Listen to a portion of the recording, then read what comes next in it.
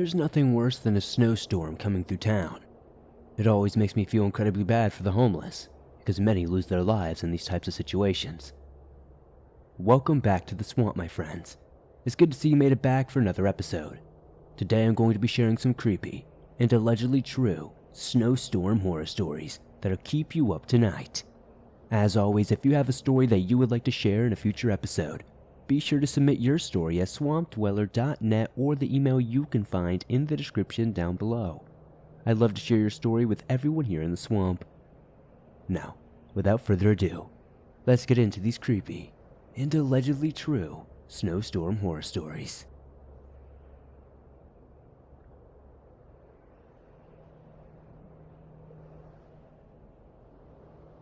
If you live in the northeastern part of the United States, then you know that a huge snowstorm came in this week. Well, I was at my boyfriend's house, and we couldn't find his puppy in his backyard. We kept calling his name, but we couldn't find him, and he wasn't coming to us, like he always does. In fact, we got really scared, and in fear that he somehow got out of the gated backyard, I grabbed my snow boots and ran to the back door that he has in the kitchen. To note, my boyfriend was standing by the back door looking for the dog, and his dad was at the front door talking to a postal delivery driver. We were the only three inside the house. I put on a snow boot, then hopped from one side of the kitchen to the other while putting on the other. As I slipped on the second boot, my foot slipped from under me because my boots were still wet. I landed hard on one knee, and my other leg flew out from in front of me. I then landed on my butt and knew I was going to fall backwards and land on my head. In that moment, I felt someone catch my upper back and shoulders with their hands and then squeeze my shoulders. It kept me from falling backwards and slamming my head against the tile floor. My boyfriend was standing in front of me and has a broken foot, so he would never have made it in time to catch me, so I assumed it was my boyfriend's dad. His dad came back and asked if everything was okay and what had just happened. I didn't think anything of it at the time and laughed off my bruised knee. Later that night, my boyfriend's mom came home from work, and I was telling her how her husband saved me from a bad fall. My boyfriend then cut me off and said his dad didn't even come into the kitchen until after I fell, and that he didn't know what I was talking about. We even confirmed this with his dad as well, and he even stated that he saw me sitting on the floor when he came back to check on the dog. I have no idea what I experienced, or what could explain what I experienced. All I know is that I fell hard, and that whatever happened saved me from possibly getting really hurt. I can't explain why I felt someone catch me, or why they squeezed my shoulders after they caught me. Can anyone else explain this experience, or does anyone have a similar one?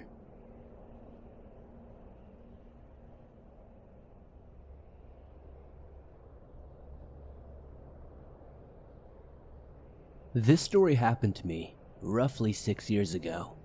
But I think about it frequently because it's the only paranormal thing I witnessed that I'm 100% sure was real. I can't help thinking, maybe someone had a similar experience out there, or somebody listening to the show might have some theories. So, it was the middle of winter, and it was terribly cold. There was a huge snowstorm outside. I went to my kitchen to make myself some tea. It was about 2300 hours. Note that I'm used to going to bed at around 3 to 4 a.m., so I was not sleepy in the slightest. I was approaching the table when my gaze accidentally fell on the street outside. I saw two men in dark clothes walking there along the road. They struck me as unnatural right away because of how they were walking, calmly, slowly, leisurely, talking and gesturing to each other. With how strong the wind was, people just couldn't walk like that. I adjusted the curtain to take a better look. It hid them from my view for less than a second, and when I looked again, they were gone. The road where they were walking is long and surrounded by nothing. They just couldn't have hid anywhere during that split second. I was shocked and downright curious. The next night, I checked again but saw no one. The night after that, though, I saw them again. The same men walking in a similar snowstorm, just as slowly and casually. I stared at them for a while, then I moved to the curtain again, just out of curiosity, and the next second, they were gone. I have never seen them again after this, though. I still check the street every now and then whenever I approach the window. My only guess is that I somehow peeked into some other reality where it wasn't cold and saw some ordinary two men going on their way. but who knows what it really was. I have seen some other strange things in my lifetime, but nothing I can really be sure of. I'm not impressionable, and I try to find an explanation for everything, and this is the only case where I can. Maybe some of you guys listening will have some ideas as to what this may be. I don't know much about paranormal activities, not in depth anyway, so maybe such sightings aren't that rare.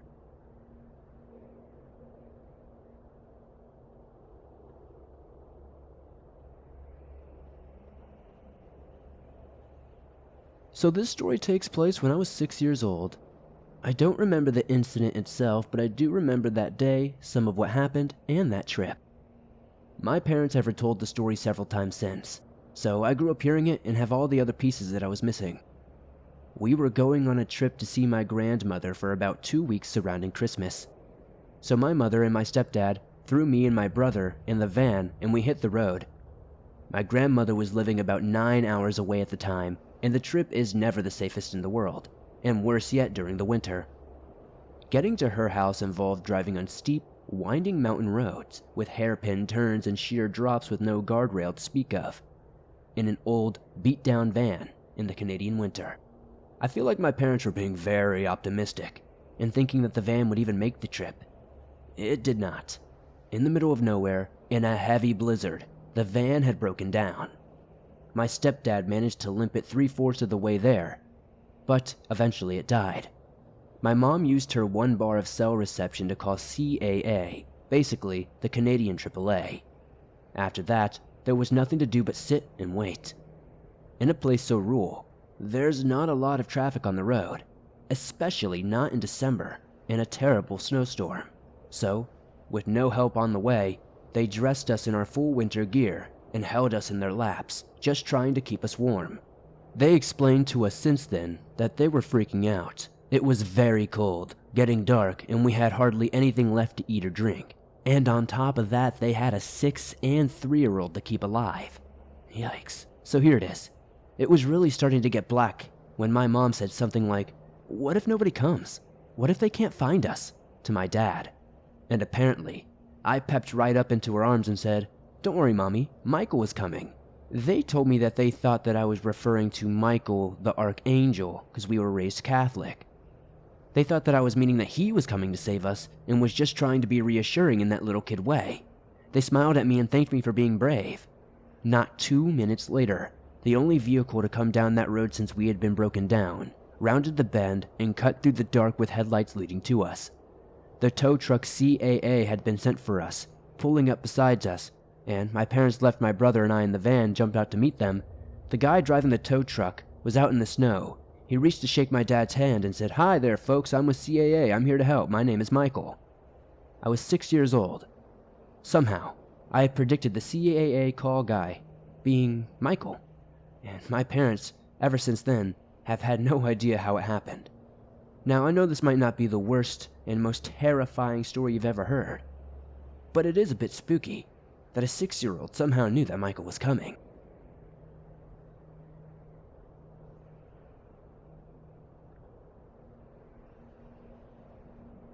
This story took place when I was 23 years old, close to 10 years ago.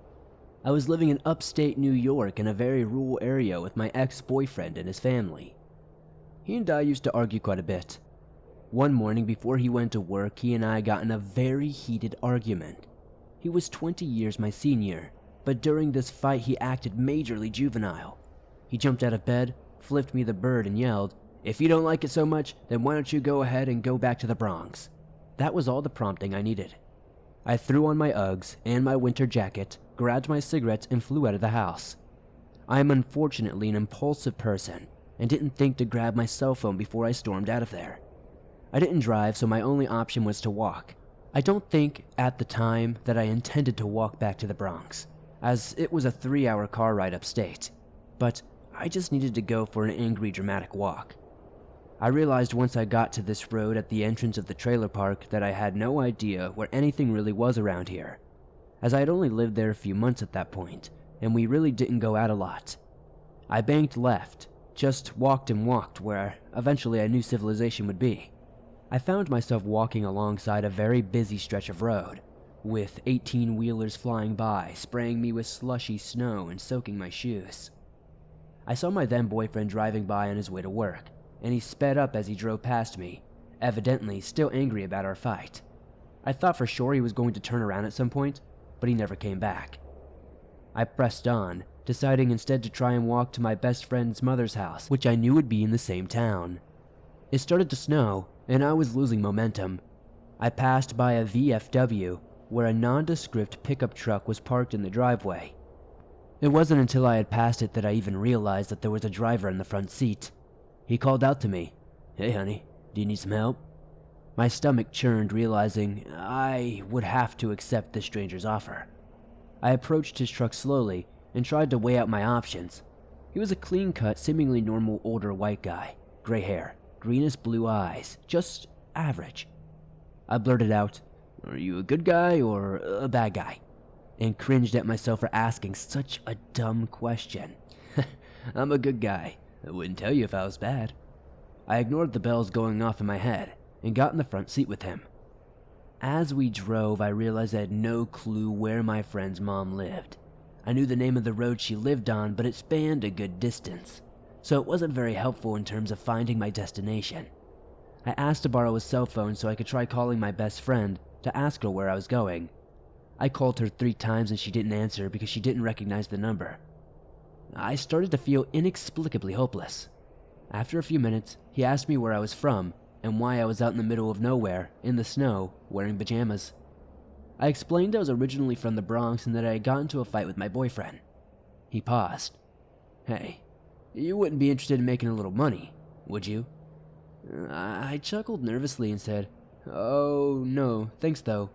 He responded with, "Well, I just figured since you were from the Bronx," and trailed off, realizing at that point I was almost definitely in deep trouble. I muttered, "Oh, sure." He eyed me up and down and laughed at himself a bit before sharing, "Sure," she says. I started to panic big time, but knew I couldn't show my fear. I scoured the scenery for a pillowy snowbank that I could land in if I leapt out of the truck. But to no avail, there were none. The houses were so few and far between, I became certain this would be how I met my demise. I'll never know why, but it was at this point that he decided to ask me who I was going to see. I quickly blurted out my best friend's mom's name and her husband's full name. He instantly perked up and explained that he knew the husband, and how they used to snowmobile together 20 years ago. I felt the greatest wave of relief when he explained that he knew exactly where his old buddy lived. When we finally pulled up to that big yellow house, it was like arriving at the promised land. I reluctantly asked his name. "Steve," he said.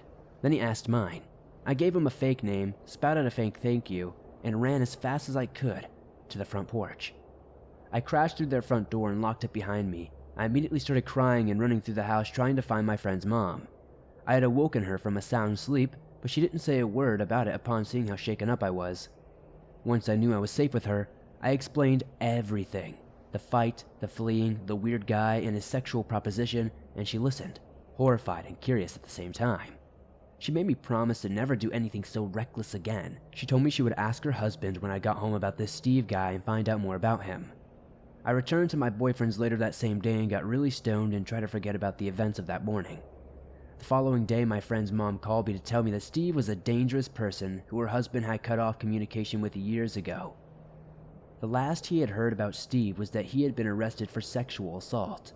She then went on to point out how incredibly easy it would have been for him to hurt me and leave me just about anywhere on some lonely stretch of road, and no one would have known where to look for me.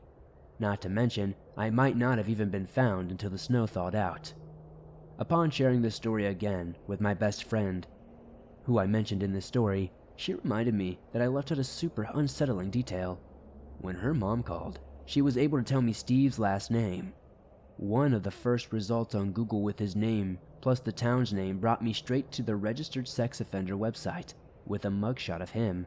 His eyes looked cold and empty, and I realized with him being on probation at the time, he would have been especially eager to not have me get him in any further trouble with the law. Her mom said it best when she told me that I must have had some serious guardian angels watching over me that day.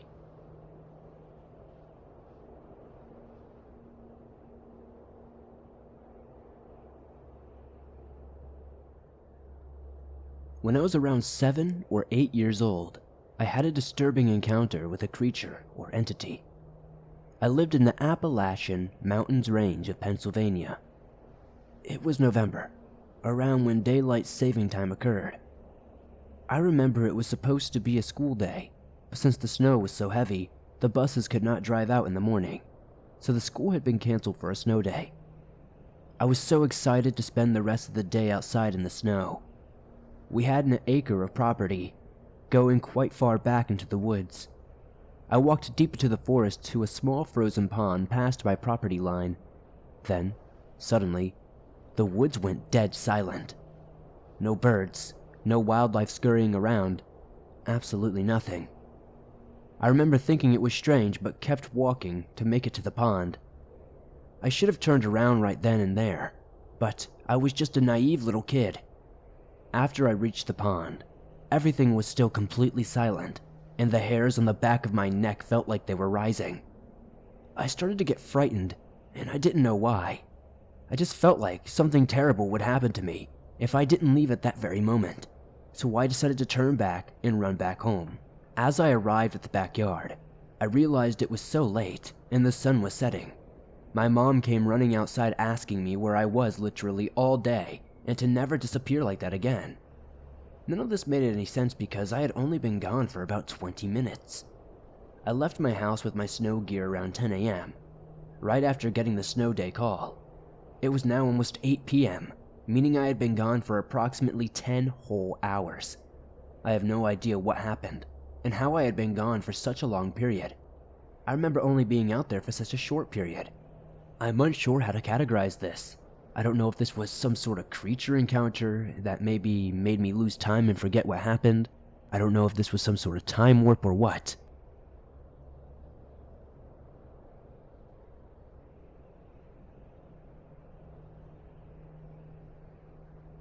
When I was 14 years old, I was spending a Saturday night relaxing, and all I was planning on doing was watching Netflix alone in my family's cozy vacation cabin.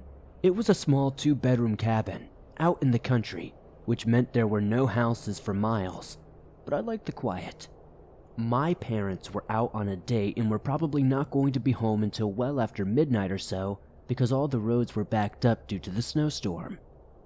It was getting late, and I was waiting on the pizza I had ordered like an hour ago, and was starting to wonder what was taking so long. I just figured it was because of the icy roads. I sat on the couch and decided that I was going to be a man and watch a horror movie on Netflix, all alone. I was tired of being too scared and hit play. When I was about 5 minutes into the movie, I jumped to the sudden sound of the doorbell. Realizing that it was the pizza guy, I sped to the front door. I opened the door, and I was startled by what I saw. It was a dirty, middle-aged man. So dirty he looked like a homeless guy living on the streets. He had long, greasy hair and needed a good shave. The only thing that kept me from slamming that door was the fact that he was holding a box of pizza and was wearing a Domino's uniform, which honestly looked as if he threw it on as fast as possible, but the buttons weren't actually aligned, and it looked like it was a few sizes too small. The name tag on the shirt said, Michael Smith. It looked like it was hanging by a thread. He was smiling at me, staring directly into my eyes, not blinking a single time. His eyes gave me an uneasy feeling. His smile was so big, almost unnatural. He said, "Hi, I'm Ted. Did you order a large cheese pizza?" I said, hi, yes, and he was still giving me that same cold smile. I reached my hand into my pocket, looking for the cash I had. Feeling nothing, I said, "I'll be right back." I left the money in the kitchen. Before I left to go into the kitchen, I pushed the door almost shut, leaving a very slight crack open. Walking into the kitchen, I grabbed my wallet and started shuffling through my bills trying to find the 20 I had in there. My concentration was disrupted by the sound of a breaking news alert on the small TV that we always had on the news channel in the kitchen. The bold letters on the bottom of the screen read, "Domino's pizza delivery man named Michael Smith found stabbed to death in ditch unclothed." I froze in shock. I remembered that the man standing on my front doorstep said his name was Ted, but had a name tag reading Michael Smith, and that he said that his name was Ted like I just mentioned. Chills shot down my spine as I put two and two together.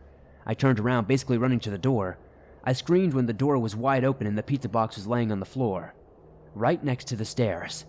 I reached for my phone that I always kept in my back pocket. I nearly cried when I felt nothing in my back pocket and remembered that I had left it charging on my nightstand in my room, upstairs. I started going through all of the options I had. I couldn't just run into the snowstorm and run to a mile to the nearest house. I couldn't hide until my parents got home, and that definitely would be a few more hours. The only option I had was to get the phone upstairs and call 911. I felt like my heart was going to stop. I grabbed the biggest knife I could find, not that I was going to be brave enough to use it anyways. My knees and hands were shaking so bad, I slowly walked up the stairs, trying not to make a sound. I got to the last step and saw my room. The door was wide open. I started mentally preparing myself for what might happen as soon as I walk into that room. I tiptoed to the side of the door, making sure that I wasn't visible to whoever could be inside. I peered my head into the room. Nothing. No creepy killer standing in the middle of the room with an axe. In fact, the room was just as I had left it.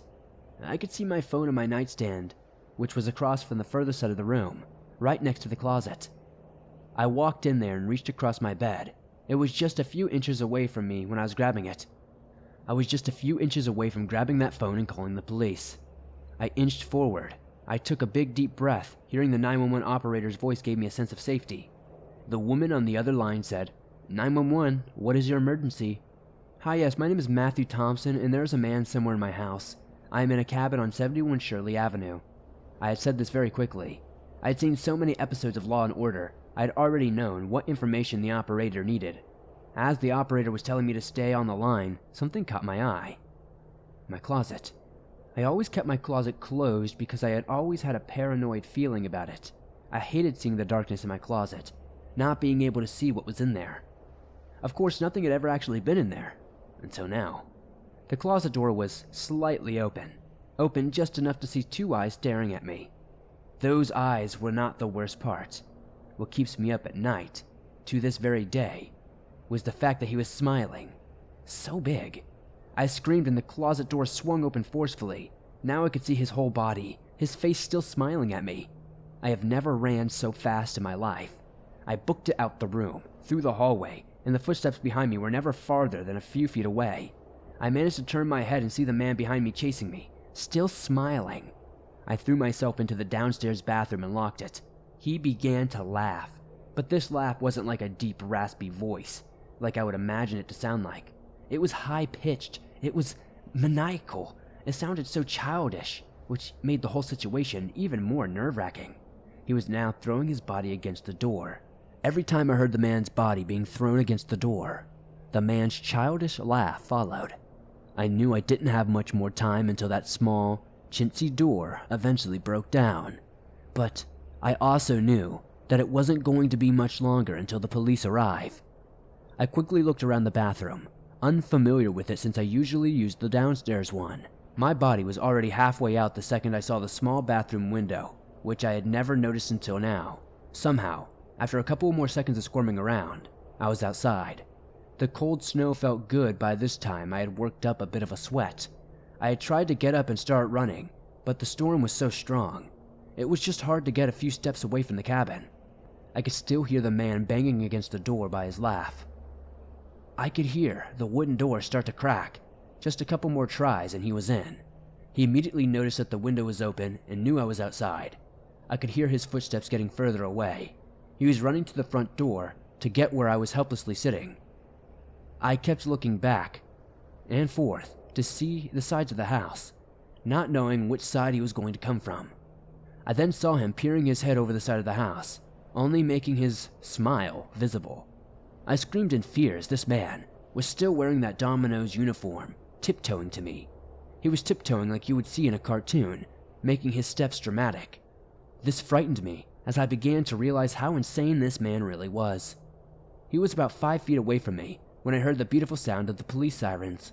There could not have been a better time for the police to show up, because as soon as that man heard the sirens, he gave one last look at me, smiled and waved as he ran off into the woods over the loud sound of the wind.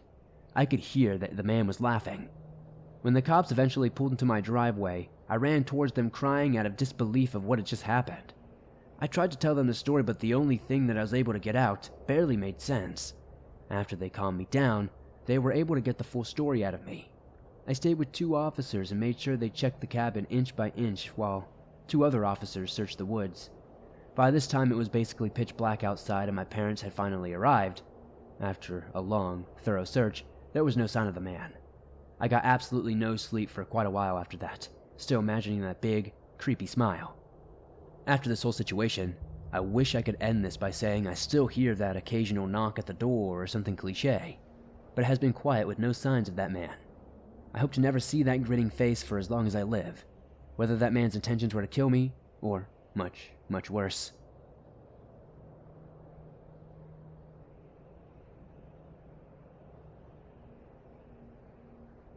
Thanks for listening to these creepy and allegedly true snowstorm horror stories. Living in the South myself, I don't see too much snow unless I venture out of the swamp a bit. And honestly, it's nice to visit, but after about an hour or 2, I'm about over it. If you enjoyed these stories, please be sure to hit that like button, as it helps me out a ton. The more likes this episode gets, the more YouTube promotes it in the algorithm, and that's incredibly helpful to the swamp. If you're new to the swamp, why not join us? Hit the subscribe button and turn on notifications to never miss a new episode, as I upload them nearly every single day, and all things natural and supernatural.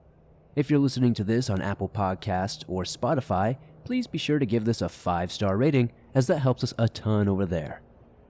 If you're on the go and don't have YouTube Premium, but would still like to download your favorite Swamp Dweller scary stories no matter where you go, you can do so absolutely free with Apple Podcast, Spotify, Stitcher Radio, and pretty much anywhere else you find your favorite podcast online.